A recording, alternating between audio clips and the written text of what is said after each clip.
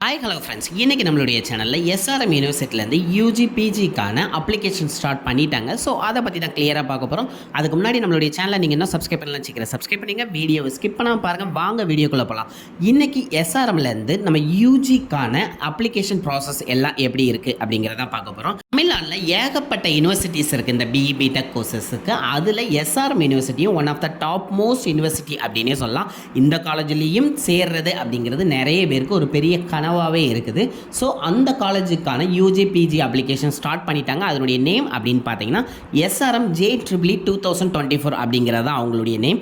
இது இந்த யூனிவர்சிட்டிக்கான separate admission process. So அதனால் வேறு எந்த ஆன்லைன் லிங்க் மூலமாகவும் பண்ண முடியாது அப்படிங்கிறதையும் அவங்க கிளியராக சொல்லிட்டாங்க.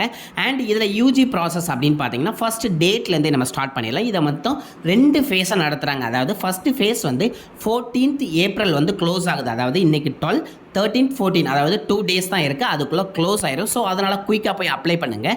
அண்ட் அதனுடைய ஹால் டிக்கெட் உங்களுக்கு எப்போ கிடைக்கும் அப்படிங்கிறத அவங்க சொல்கிறாங்க அப்படின்னா உங்களுக்கு 16th ஏப்ரல்லேருந்து 17th ஏப்ரல் வரை உங்களுக்கு வெயிட்டிங்கில் இருக்கும். நீங்கள் அந்த டைமில் உங்களுடைய ஹால் டிக்கெட்டை போய் டவுன்லோட் பண்ணிக்கலாம். அது மட்டும் இல்லாமல் அவங்க நடத்தக்கூடிய எக்ஸாமுக்கான ஒரு மார்க் டெஸ்ட்டையும் வந்து அவங்க கண்டக்ட் பண்ணுறாங்க. அது வந்து 18th ஏப்ரல் இருக்கும் அப்படின்னு சொல்லியிருக்காங்க. அதுக்கப்புறம் உங்களுக்கு ஃபேஸ் 1 எக்ஸாமினேஷனுக்கு போயிறாங்க. இது கிட்டத்தட்ட வந்து ஒரு 3 டேஸ் வந்து அவங்க கண்டக்ட் பண்ணுறாங்க. அதாவது 20th April, 21st April, 22 April, அதாவது சாட்டர்டே, சண்டே, மண்டே அப்படின்னு 3 டே இந்த என்ட்ரன்ஸ் எக்ஸாமினேஷன் கண்டக்ட் பண்ணுறாங்க. ஸோ இதில் நீங்கள் கிளியர் பண்ணால் மட்டும்தான் உங்களால் உள்ளே போக முடியும். அதை மைண்டில் கிளியராக வச்சுக்கோங்க. இதை 3 ஸ்லாட்டாக நடத்துகிறாங்க. ஒரு நாளைக்கும் இந்த 3 ஸ்லாட் வந்துடும். அதாவது 9 AM to 11:30 AM, அதேமாதிரி 12 AM to 2:30 AM, அதேமாதிரி 3 PM to 5:30 PM அப்படின்னு 3 ஸ்லாட்டாக கண்டக்ட் பண்ணுறாங்க. அதுக்கப்புறம் இந்த அட்மிஷன் ப்ராசஸ்க்கு ஃபேஸ் 2 ப்ராசஸ் ஒன்று இருக்குது. அதனுடைய அப்ளிகேஷன் லாஸ்ட் டேட் அப்படின்னு பார்த்தீங்கன்னா 15th ஜூன் அப்படின்னு சொல்கிறாங்க. அதில் மெயின் எக்ஸாமுக்கு வந்து 3 டேட் அவங்க சொல்கிறாங்க. அந்த டேட்டில் போய் நீங்கள் மெயின் எக்ஸாம் எழுதுகிற மாதிரி இருக்கும். அதாவது 21st ஜூன், 22 ஜூன், 23 ஜூன், அதாவது ஃப்ரைடே, சாட்டர்டே, சண்டே அப்படிங்கிற மாதிரி அவங்க எக்ஸாம் வச்சுருக்காங்க. இந்த என்ட்ரன்ஸ் எக்ஸாம்லாம் நீங்கள் கிளியர் பண்ணால் மட்டும்தான் எஸ்ஆர்எம் யூனிவர்சிட்டியில் உங்களால் ஜாயின் பண்ண முடியும். அண்ட் நெக்ஸ்ட் நம்மளுடைய பார்ட்டான எலிஜிபிலிட்டி பார்க்கலாம். இப்போ நம்ம பார்க்குறது எல்லாமே வந்து அண்டர் கிராஜுவேட் பிடெக் தான் பார்த்துக்கிட்டு இருக்கோம். அது கூட வந்து எம்டெக் இன்டகிரேட்டட் கோர்சஸும் இருக்குது. பிடெக் இப்போ 4 இயர்ஸ் வருது அப்படின்னா எம்டெக் இன்டகிரேட்டட் கோர்ஸை பொறுத்தவரை உங்களுக்கு 5 இயர்ஸ் வரும். அதுக்கப்புறம் இதுக்கான எலிஜிபிலிட்டி அப்படின்னு பார்த்தீங்கன்னா நீங்கள் கண்டிப்பாக 12th முடிச்சிருக்கணும். அப்படி இல்லை அப்படின்னா 12th அப்ளை பண்ணியிருக்கணும். அதாவது இந்த எக்ஸாம் எழுதி நீங்கள் ரிசல்ட்ஸ்க்கான வெயிட் பண்ணிக்கிட்டு இருக்கணும். அவங்க மட்டும்தான் இதுக்கு அப்ளை பண்ண முடியும் அப்படின்னு சொல்லியிருக்காங்க. மட்டும் இல்லாமல் நீங்கள் மினிமமாக 60% ஆஃப் மார்க் கண்டிப்பாக வச்சிருக்கணும் அப்படின்னு சொல்லியிருக்காங்க. அதில் 3 சப்ஜெக்ட் வருது. அதில் ரொம்ப மேண்டேட்ரி அப்படின்னு பார்த்தீங்கன்னா ஃபிசிக்ஸ் அண்ட் மேக்ஸ் ரெண்டுலேயும் வந்து 60-60 செப்பரேட்டாக வச்சுருக்கணும். அது போக அடிஷ்னலாக ஒரு சப்ஜெக்ட் வந்து நீங்கள் எதனாலும் எடுத்துக்கலாம். அதாவது கெமிஸ்ட்ரி எடுத்துக்கலாம், அல்லது பயாலஜி எடுத்துக்கலாம், அல்லது கம்ப்யூட்டர் சயின்ஸ் எடுத்துக்கலாம். நீங்கள் என்ன கோர்ஸ் எடுத்திருந்தீங்களோ அதில் ஏதாவது ஒரு அடிஷ்னல் கோர்ஸ் இந்த 2+1 3 கோர்சஸ்க்கும் சேர்த்து கிட்டத்தட்ட வந்து செப்பரேட்டாக 60% ஆஃப் மார்க் இருந்தால் மட்டும்தான் நீங்கள் அப்ளை பண்ண முடியும். அது மட்டும் இல்லாமல் அதுக்கு என்ன எஜுகேஷன் ப்ராசஸ் இருந்தாலும் சரி, அதாவது சிபிஎஸ்சி இருந்தாலும் சரி, மெட்ரிகுலேஷனாக இருந்தாலும் சரி, பிஎஸ்சிஏ இருந்தாலும் சரி, ஐபிஏ இருந்தாலும் சரி, NIOSஆ இருந்தாலும் சரி, எந்த மோட் ஆஃப் எஜுகேஷனில் நீங்கள் இருந்தாலும் மினிமம் அந்த 60% ஆஃப் மார்க் கண்டிப்பாக வேணும் அப்படிங்கிறதையும் சொல்லிட்டாங்க.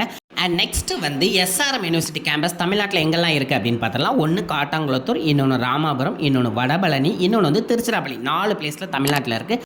பார்த்த கேம்பஸ்லலாம் வந்து காட்டாங்குளத்தூர் தான் மெயின் கேம்பஸ். அது மட்டும் இல்லாமல் நல்ல பெரிய கேம்பஸ். இந்த கேம்பஸில் தான் வந்து நிறைய பேர் சேர்றதுக்கு நிறைய போட்டிகள் அதிகமாக இருக்கும். ஸோ அதனால் இந்த கேம்பஸை நீங்கள் எப்போவுமே மைண்டில் வச்சுக்கோங்க.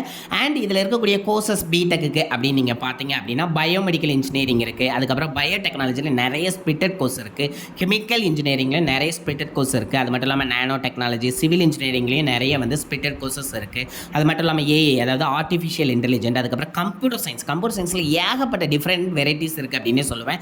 பிஸ்னஸ் சிஸ்டம்ஸ் இருக்குது, டேட்டா சயின்ஸ் இருக்குது, பிக் டேட்டா அனலிசிஸ் இருக்குது, ஏஏ இருக்குது. அதுக்கப்புறம் வந்து cloud computing, computer networking, cyber security, அதுக்கப்புறம் சாஃப்ட்வேர் இன்ஜினியரிங், அதுக்கப்புறம் இன்ஃபர்மேஷன் டெக்னாலஜி, எல்லா கோர்ஸுமே ஸ்பிளிட்டடாக நிறைய கோர்சஸ் இருக்குது. அதுக்கப்புறம் வந்து EEE, ECE, அதுக்கப்புறம் வந்து எலக்ட்ரானிக்ஸ் கம்ப்யூட்டர் இன்ஜினியரிங்னு செப்பரேட்டாக இருக்குது. அது மட்டும் இல்லாமல் இன்ஸ்ட்ருமெண்டேஷன் இன்ஜினியரிங் இருக்குது, ஆட்டோமேஷனில் ரோபோட்டிக்ஸ் இருக்குது, aerospace engineering, automobile engineering, mechanical engineering, mechatronics part இருக்குது. அதுக்கப்புறம் வந்து பிஆர்க்கில் ஆர்கிடெக்சரும், பிடெஸ்கில் வந்து இன்டீரியர் டிசைனும் செப்பரேட்டாக இருக்குது. Mechanical engineering, biomedical engineering, mechatronics இன்ஜினியரிங்கில் நிறைய ஸ்பிளிட்டட் கோர்சஸ்லாம் இருக்குது. ஸோ அதனால் இந்த காலேஜை நீங்கள் போய் சூஸ் பண்ணீங்க அப்படின்னா உங்களுக்கு தேவையான பிடிச்ச கோர்சஸ் இந்த பிடெக்கில் ஸ்பிளிட் பண்ணி நீங்கள் எடுத்து படிக்கலாம் அப்படின்னே சொல்லலாம்.